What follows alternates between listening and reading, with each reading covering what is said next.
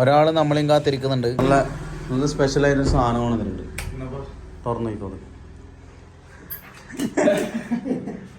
നമ്മളെ വ്ളോഗിൽ ഇതുവരെ വന്നിട്ടില്ല. അപ്പോൾ ഇതാണ് രാജേഷ് ചൈത്രം. നിങ്ങളെ പേരെന്ത്? നിങ്ങളെ പേരിൽ വെച്ചിട്ട് പ്രദീപ് വാട്ടൻ.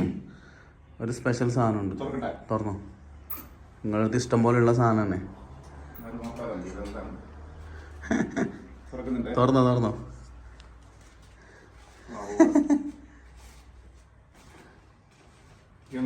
ഗംഭീരല്ലേ? അടിപൊളി ചക്ക കഴിക്കില്ലേ? നിങ്ങളുടെ അടുത്ത് ഉണ്ടാവുന്നില്ലേ ചക്ക? ഉണ്ടാകുന്നല്ലേ? അടിച്ചോ.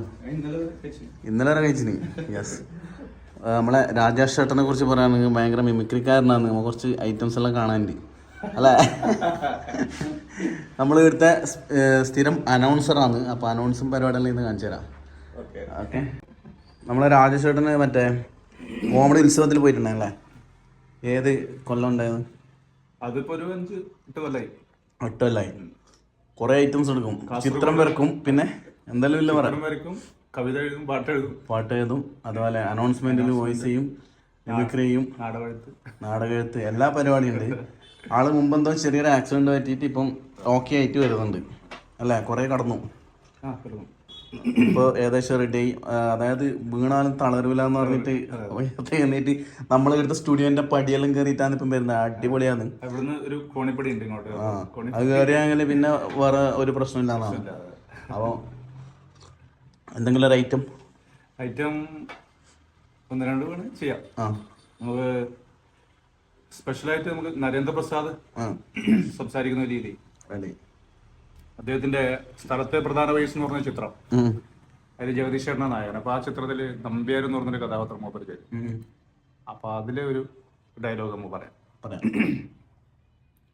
വെൽഡൺ, രാജാവിനേക്കാൾ രാജഭക്തിയോടെ ഔദ്യോഗിക കൃത്യം നിർവഹിച്ച കീഴാഫീസർക്ക് മന്ത്രിവര്യന്റെ അനുമോദനം ഒരു വീരശൃംഖല കൂടി പണിയിച്ചു കൊടുക്കാമായിരുന്നില്ലേ നിന്റെ വിനീതനായ അഭ്യുതകാംക്ഷിക്ക്? ഗോപാലകൃഷ്ണ, എന്താ നിന്റെ ഉദ്ദേശം? രാജ്യം നന്നാക്കാമെന്നോ അതോ രാജ്യം പടുത്തുയർത്താമെന്നോ? സാരമില്ല, ഒരുതരം എക്സൈറ്റ്മെന്റ്. പിന്നെ അയാളെ തന്നെ ഒരു വ്യത്യസ്തമായ വേറൊരു സൗണ്ട് ഉണ്ട്, കൊളപ്പുള്ളി അപ്പൻ. അത് ഇതിലും വ്യത്യസ്തമായ ഒരു ശബ്ദമാണ്. ശബ്ദം ഒരു വെറൈറ്റി ശബ്ദം. അത് ഇങ്ങനെയാണ്: 16 കൊല്ലമായി അഗ്രകാവിലെ ഉത്സവം മുടങ്ങിയിട്ട് ഈ കണ്ട കാലം അത്രയും അപ്പൻ ഇടം കണ്ടു കണിമംഗലം ഗോപുരകത്തിന്റെ നാശം. നെറ്റി വിളർന്ന് ചോര വീണ പുഴക്കടവിലെ പൂഴിമണ്ണ് വാരി കയ്യിലെടുത്ത് ഈ അപ്പനൊരു പ്രതിജ്ഞ എടുത്തിരുന്നു. അത് മാറ്റാൻ സൂര്യൻ പടിഞ്ഞാറ് മുറിച്ചു തുടങ്ങിയിട്ടില്ലല്ലോ. കണിമംഗലം ഗോപുരകത്തിന്റെ നാശം, അതിന്റെ മേൽക്കുര നിലമ്പത്തിട്ട് എന്നിട്ട് ആലോചിക്കാം അപ്പൻ വാക്കുമാരുന്ന കാര്യം.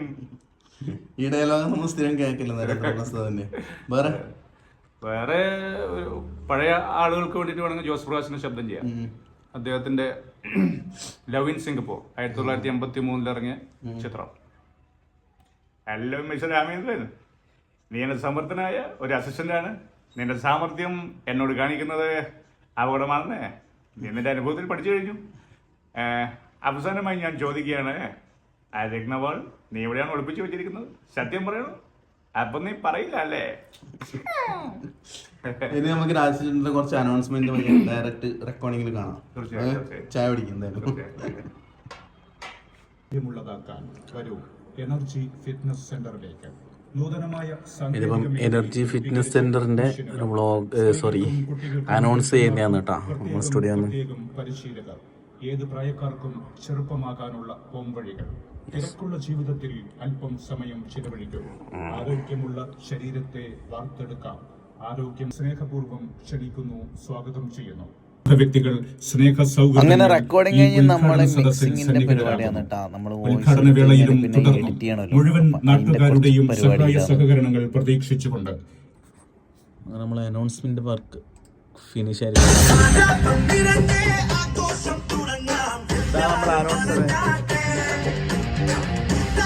ഫിറ്റ്നസ് സെന്ററിലേക്ക് നൂതനമായ സാങ്കേതിക മികവിൽ രൂപീകരിച്ച മിഷനുകൾ, സ്ത്രീകൾക്കും കുട്ടികൾക്കും പുരുഷന്മാർക്കും പ്രത്യേകം പരിശീലകർ, ഏത് പ്രായക്കാർക്കും ചെറുപ്പമാകാനുള്ള പോംവഴികൾ, തിരക്കുള്ള ജീവിതത്തിൽ അല്പം സമയം ചിലവഴിക്കൂ, ആരോഗ്യമുള്ള ശരീരത്തെ വാർത്തെടുക്കാം. ആരോഗ്യമുള്ള സമൂഹത്തെ വാർത്തെടുക്കാം. Energy fitness centre, Karuvanchal. ഈ സുന്ദരമായ നമ്മളെ കരുവഞ്ചാലിൽ 11-ാം തീയതി ഓപ്പൺ ആകുന്ന ഫിറ്റ്നസ് സെൻറ്ററിൻ്റെ ആഡാണ് നമ്മൾ രാജേഷ് ചേട്ടൻ പറഞ്ഞിട്ടില്ലേ. അപ്പോൾ ഇതുപോലെ ഷോപ്പിൻ്റെ ആഡ് ഇനി എന്ത് ആഡാണെങ്കിലും അമ്പലത്തിൻ്റെ മെയിനായിട്ട് അമ്പലത്തിൻ്റെ എല്ലാം നിർന്ന് ചെയ്യല്. അമ്പലത്തിൻ്റെ എല്ലാം ഉണ്ടായി ഞാൻ വെച്ചരാ. അമ്പലത്തിൻ്റെ ആഡ്, ക്ലബിൻ്റെ ആഡ്, ക്ലബിൻ്റെത്, പിന്നെ അങ്ങനെ എന്ത് വേണമെങ്കിലും ഞാൻ രാജേഷ് ചേട്ടൻ്റെ കോണ്ടാക്ട് കൊടുക്കാം അതിൽ. പരസ്യം അമ്പലത്തിൻ്റെ എല്ലാം ഉണ്ടാവും അവിടെ. മൊത്തപ്പടി ചന്ദ്രക്കല ധരിച്ച് തുളസിക്കതിരും ചെത്തിപ്പൂ ചെന്തിതളും ചേർത്ത കൊടുമുടി ധരിച്ച് ചെമ്പരത്തി. രണ്ടിലും 2 ടൈപ്പ് വോയിസാണ് വന്നിട്ടുള്ളത് അല്ലേ? ഓരോന്നിനും ഓരോരോ ടൈപ്പ് വോയിസ് ഉണ്ട്. അപ്പോൾ ഇതുപോലത്തെ അനൗൺസ് എല്ലാം ഉണ്ടെങ്കിൽ മൂപ്പറെ കോണ്ടാക്ട് ചെയ്താൽ മതി. മൂപ്പറെ അടിപൊളിയായിട്ട് ആക്കി തരും. പിന്നെ നമ്മളെ സ്റ്റുഡിയോ എങ്ങനെ ഉണ്ട്? സ്റ്റുഡിയോ എങ്ങനെ ഉണ്ട്? നമ്മളെ പിടിച്ചില്ലേ? അപ്പോൾ മൂപ്പറെ നമ്പർ എന്തായാലും കൊടുക്കാം. റെക്കോർഡിങ് അതാണ് അതിന്റെ മെയിൻ. സ്റ്റുഡിയോ മോഡിഫിക്കേഷൻ കാര്യമില്ല, അതെ റെക്കോർഡിങ് ക്വാളിറ്റി അതാണ് അതിന്റെ പ്രത്യേകത. അത് മ്യൂസിക് ദോസ്ത് ഗംഭീരാണ്. അതെ. അപ്പോൾ ഇന്നത്തെ വീഡിയോ ഇത്രയുള്ളൂ. ഇന്ന് വെറുതെ നമ്മളെ രാജേഷ് ചേട്ടന്റെ സ്പെഷ്യൽ റെക്കോർഡിങ്. ഞാൻ അന്നേ മൂപ്പരെ പിടിക്കാൻ വേണ്ടി നിന്നതാണ്. അന്നൊന്നും പിടി കിട്ടിയിട്ട് എനിക്ക് ഇന്നാണ് കിട്ടിയത്. ഇന്ന് വെച്ചെങ്കിൽ അനൗൺസിന് കുറച്ച് നേരത്തെ ഫ്രീ ആയിട്ട് കിട്ടി, അല്ലെങ്കിൽ തിരക്കിൽ വന്നിട്ട് പോലാം. അപ്പോ സ്റ്റുഡിയോയില് തിരക്കുണ്ടാവും. ഇന്നിപ്പോ പിന്നെ കുറച്ച് ഫ്രീ ആയതുകൊണ്ട് വീഡിയോ എടുത്തു എല്ലാം ഉണ്ടാവും. പിന്നെ ഈ അനൗൺസ്മെന്റ് എന്ന് പറഞ്ഞത് പാട്ടാണൊക്കെയല്ല, നല്ല പണിയാണ്. പാട്ട് എന്ന് പറഞ്ഞെങ്കിൽ നമുക്കൊരു 5 മിനിറ്റ് പാട്ടിൽ പെട്ടെന്ന് പാടിയിട്ട് പോവാം. നമുക്ക് എഡിറ്റ് ചെയ്യാനും എളുപ്പമാണ്, അറിയുന്നവർക്ക് പാടാനും എളുപ്പമാണ്. പക്ഷെ അനൗൺസ്മെന്റ് എന്ന് പറഞ്ഞെങ്കിൽ നമ്മ ഫസ്റ്റ് തുടങ്ങുന്ന വോയിസ് മോഡുലേഷൻ ഏതാണോ അത് തന്നെ പിടിക്കണം. അങ്ങോട്ടും ഇങ്ങോട്ടും മാറിക്കഴിഞ്ഞെങ്കിൽ പിന്നെ ആദ്യം മുതലേ പറയണം. അതന്നെ. അപ്പോ അങ്ങനെയാണ് അനൗൺസ്മെന്റിന്റെ കാര്യം. അപ്പൊ ചില ആൾക്കാർക്ക് ഇത് വെറും അനൗൺസ്മെന്റ് മാത്രമായിരിക്കും. ഇങ്ങനെ ജസ്റ്റ് എന്ത് പറയുന്നതിന് എന്തെങ്കിലും വെറുതെ പറഞ്ഞാൽ മതി. പിന്നെ നിങ്ങൾ വലിയ അനൗൺസർ അല്ലേ, നിങ്ങൾ ജസ്റ്റ് ഒന്ന് പറയുന്നതിന് എമൗണ്ട് എല്ലാം വേണമെന്ന് ചോദിക്കുന്ന ആൾക്കാരുണ്ട്. കാരണം ഇതിനെ കൊണ്ട് ജീവിക്കുന്ന കുറെ ആൾക്കാരുണ്ട്. അതിന്റെ പിന്നിൽ ഒരുപാട് വർക്ക് ഉണ്ട്. അതായത് അത് മിക്സിങ് ഒരു ചെറിയ ആടാണെങ്കിൽ തന്നെയും ഒരു മിനിറ്റത്തെ ഒരു വീഡിയോ, സ്റ്റാറ്റസ് വീഡിയോ ആണെങ്കിൽ അതിന് അനൗൺസ്മെന്റ് ചെയ്യണം, അതിന് എഡിറ്റ് ചെയ്യണം. ഒരു അനൗൺസ്മെന്റിന് നിങ്ങൾ എത്ര ടൈം എടുക്കും എഴുതാൻ വേണ്ടിട്ട്? എഴുതാൻ ചിലപ്പോൾ 2 ദിവസം എടുക്കും. അതായത് ഒരു അനൗൺസ്മെന്റിന് മാറ്റർ എന്നാൽ അത് എഴുതാൻ വേണ്ടിട്ട് 2 ദിവസം പിടിക്കും. അത് കഴിഞ്ഞിട്ട് അതെല്ലാം മൊബൈലിലെല്ലാം കറക്റ്റ് എഴുതി സെറ്റപ്പ് ആക്കി എവിടെല്ലാം പാട്ട് നോക്കണം എല്ലാം സെറ്റാക്കിയതിന് ശേഷം ഇങ്ങോട്ടേക്ക് വരലാന്ന്. പിന്നെ അതുകൊണ്ട് നമുക്ക് പണി കുറെ കുറഞ്ഞിട്ട്, അല്ലെങ്കിൽ ഓരോന്ന് തപ്പി പഠിക്കേണ്ടി വരും.